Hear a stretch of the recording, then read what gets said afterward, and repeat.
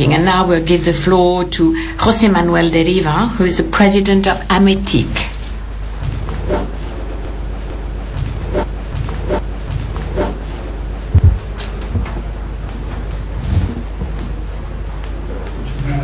Thank you very much indeed, Rector, for your encouragement, really, and for expressing such a satisfaction from the university. We have also always met an enormous support from that university in all our different meetings. I would also like to congratulate the State Secretary for his kind words and for his important message, which is crystal clear and which does show the ideas of the present government, and this corresponds totally with the approach which we defend within AMETIC. I will try to focus on a few points, as the central theme, so to say, is Europe with a single digital market. Let's see in a few words the different aspects we have to be considered, but I will not get too much into details because later on in other presentations we'll be able to have a more really thorough analysis. Now, how is Spain right now, and what is the situation at the world level? Is something happening at all levels, really? This is what we will see first. Does this coincide with what AMETIC was talking about some time ago, as well as the whole industry? I mean, what is really happening and what is not being done correctly, perhaps what should be done? And we should try to determine what has to be done from the digital viewpoint. To have programs, initiatives, of course this is fundamental, but there's something else to be done, really. So we have three main pillars, which are the single market, the support to industry, and the digital transformation of the whole society in all the productive sectors, which has a direct impact on citizens. What is the situation of Spain, and what are our recommendations? And finally, I will have a short mention to the content of our 4 days meeting. Now, what about Spain right now?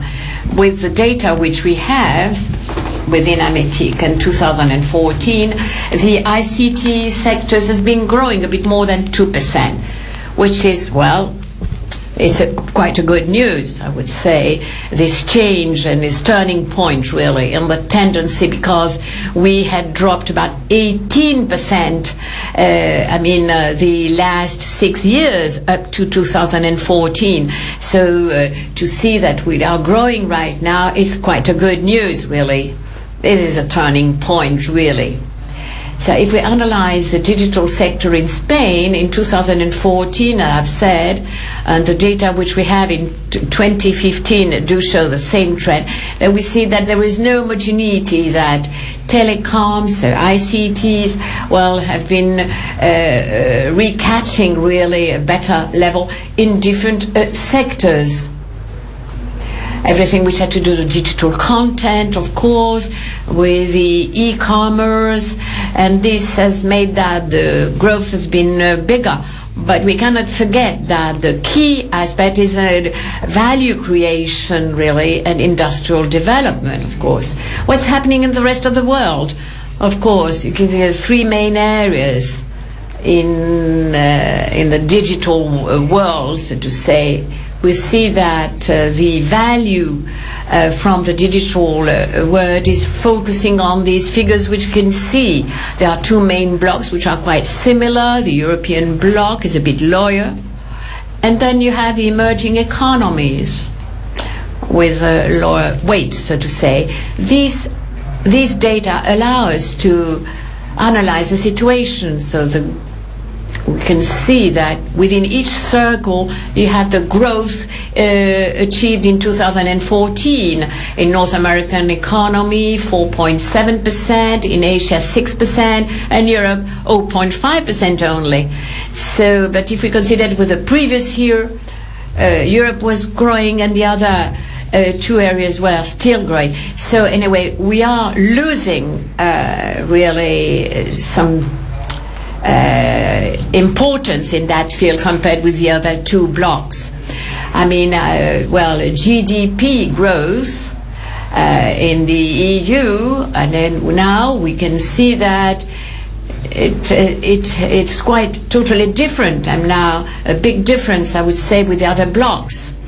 Europe is no longer the place, so to say, for a lot of exports, etc. We can see that we have different elements we are not allow us to achieve the results which we were expecting, and the demand is growing nevertheless. So productivity and competitiveness in Europe is still much lower than the one we have in other regions. If we analyze it in more detail, we are absolutely convinced that one of the main causes, but it's not the only one really, is the digital transformation. Europe hasn't made enough effort, I would say, in that field, so that the digital transformation could have an impact on our industry. The digital transformation hasn't been carried out within companies. The ICT investment is much lower what we have in Europe compared with the rest of the world, particularly North America. And these slow and low investment, of course, has a direct impact on our results. As a basic data, we can see that out of the 10 biggest companies being an stock exchange, there's none coming from Europe. In the ICT companies, we only have 8 from Europe. But years ago, it was totally different. So what has to be done? Well, we have already stated such a thing. But when we can predict what is happening, well, we have to state it quite clearly, crystal clear, in order to be able to react to the present situation. The market fragmentation could give, unfortunately, a decrease in our competitiveness. So we consider that the programs and plans have to be able to measure the results. So, I mean, a lot of measures have been implemented now, but unfortunately, in a lot of cases, we have seen that the rhythm hasn't been the adequate one. And this delay really can explain the situation which we are facing right now. There's a lack of, or a loss of intellectual capital, so to say. Now, the problem is that Europe really needs a digital revolution. In Europe, we haven't been able to take advantage of all these ICT development, etc., or technological waves we have, clouds, etc., or value chains. So we are using them, but we are not benefiting from it because we haven't created them in our territory. We have imported them from abroad. So the regulation is limiting investment projects. The companies are not able really to be global players, etc. So the regulation has really lowered our ability to be developing really our activities abroad. So we are really well aware of that situation, and our government has to understand that everybody has to be on board and to go towards the same objective. As I've said before, there are different pillars on which the change is based on the digital revolution, and we have seen 3 main pillars, which is quite clearly the single digital market. We do understand it, but in a way, everybody is convinced about it, but nothing is really done in that field. So we have to promote industry and digital transformation in the productive sector. Now, we are not saying that this should be carried out only by the governments. No, the private sector has to move along these lines as well. And so that digital transformation becomes a reality. So in that case, all have to be involved in it. We all have an important role to play.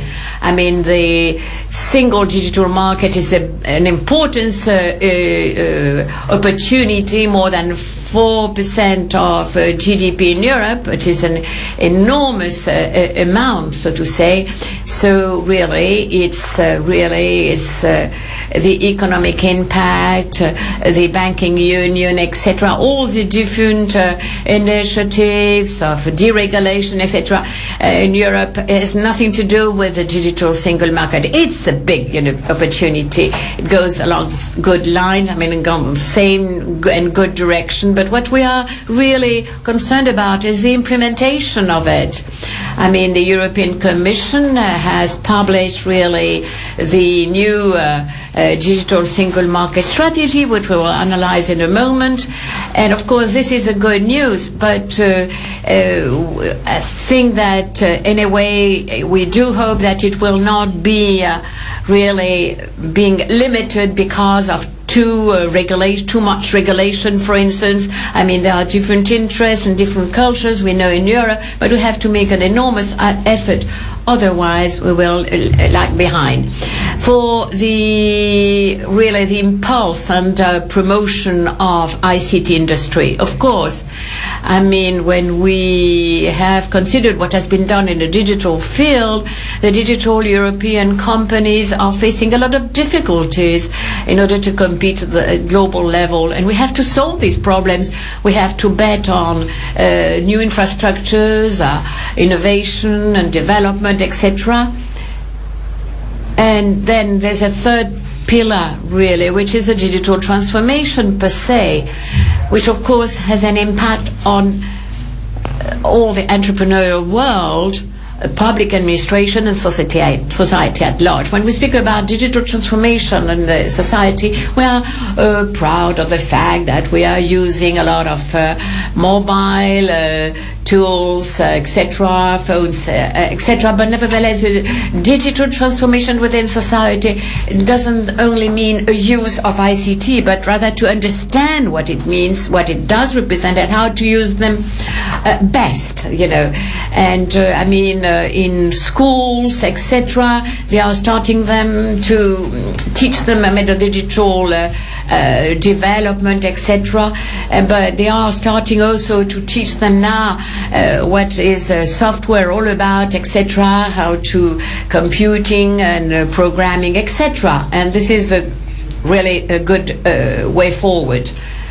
But it has to be really done even more. Now, about the diagnosis as to our country, we NRI index 2015, which qualifies these evolution in the field of digital revolution, we are in the position of 34 out of 143 countries being analyzed. We have increased slightly our position. It is a bit better. We were 37, now we are 34. But in the use of infrastructure, that's a good thing. The use of ICT for citizens and for public administration, yes, we are a bit better, yes, but it's still quite negative to see that based on that index, in the Spanish regulatory framework, we have a worse ranking, really, and in the digital transformation as well. What are our recommendations for Spain? As I've said, this is what is being defended by AMETIC, etc. We want to support the creation of infrastructure to support investment, and this has to be based on a legal safety as well, and guarantee the fulfillment of the different legislations and the act of market, a single market, a digital single market, of course, which of course has to be applied and defended, and we have to support this digital single market. Of course, we normally complain about the legal framework as well. And the government is well aware of what has to be done. Some initiatives have been launched a bit late, I think, but anyway, it's a good way forward. Anyway, we have to promote different projects which will be able to create digital ecosystems. We have to support training, etc., and we still have to defend research and development and innovation. We are lagging behind compared with other regions. So this could be, the position of AMETIC about the digital challenge in Europe and about what will be discussed during these few days. Now I will present the content of our meeting in a few minutes.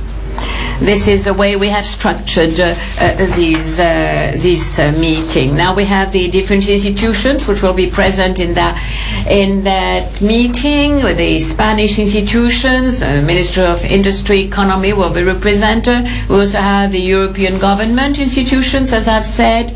In that case, it is quite an important presence, and we have all the different entrepreneurial organizations, such as AMETIC and others from the state, and it includes all the different sectors which are important for ICT.